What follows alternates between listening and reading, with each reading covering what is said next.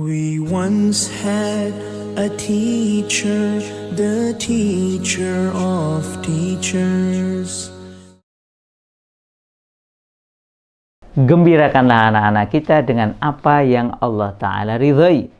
Sambut kedatangan mereka, bercium dan bercanda dengan mereka, mengusap kepala mereka, memanggil anak kita dengan panggilan yang baik. Itu adalah cara-cara yang Rasul teladankan kepada kita untuk menggembirakan anak.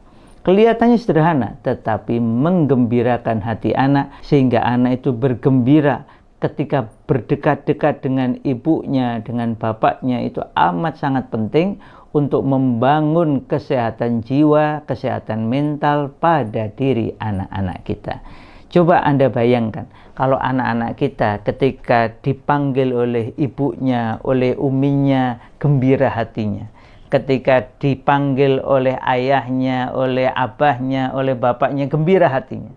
Kenapa? Karena yang dia ingat dari ibu bapaknya adalah kebaikan demi kebaikan.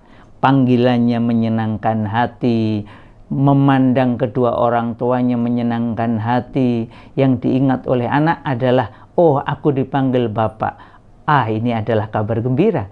Oh aku dipanggil ibu, ini adalah kabar gembira. Maka perhatikan, saat anak kita panggil, bagaimana ekspresi wajahnya. Apakah menunjukkan binar-binar kegembiraan, atau malah bersungut-sungut, kenapa aku dipanggil? Ini paling mau dikomentari lagi, ini paling mau dimarahi lagi. Menegur anak itu tanggung jawab orang tua ketika anak itu melakukan kesalahan. Tetapi setiap saat menegur anak, menyalahkan anak, itu menjadikan anak jauh dari kita. Oleh karena itu, gembirakan hati anak-anak kita. Suatu kali Rasulullah SAW pulang dari luar kota. Ketika memasuki Madinah, beliau bertemu dengan sejumlah anak yang sebagian besar adalah anak turun dari Abbas bin Abdul Muttalib.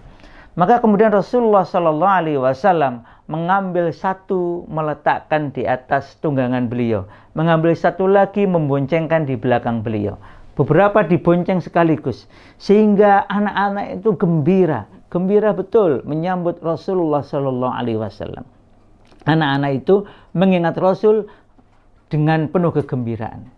Kenapa? Karena Rasul datang membawa kegembiraan, membawa suasana sukacita ke dalam diri anak-anak tersebut. Begitu pula seorang anak bercerita, ketika Rasulullah SAW menjadi imam, kemudian keluar, selesai sholat kemudian beliau keluar, itu anak-anak sudah menunggu. Loh, apa yang ditunggu oleh anak-anak ini? Yaitu Rasulullah SAW punya kebiasaan yang unik, menarik dan menyentuh hati anak-anak tersebut. Yaitu Rasulullah SAW selesai menjadi imam, keluar dari masjid, kemudian meletakkan kedua tangan suci beliau ke pipi masing-masing anak.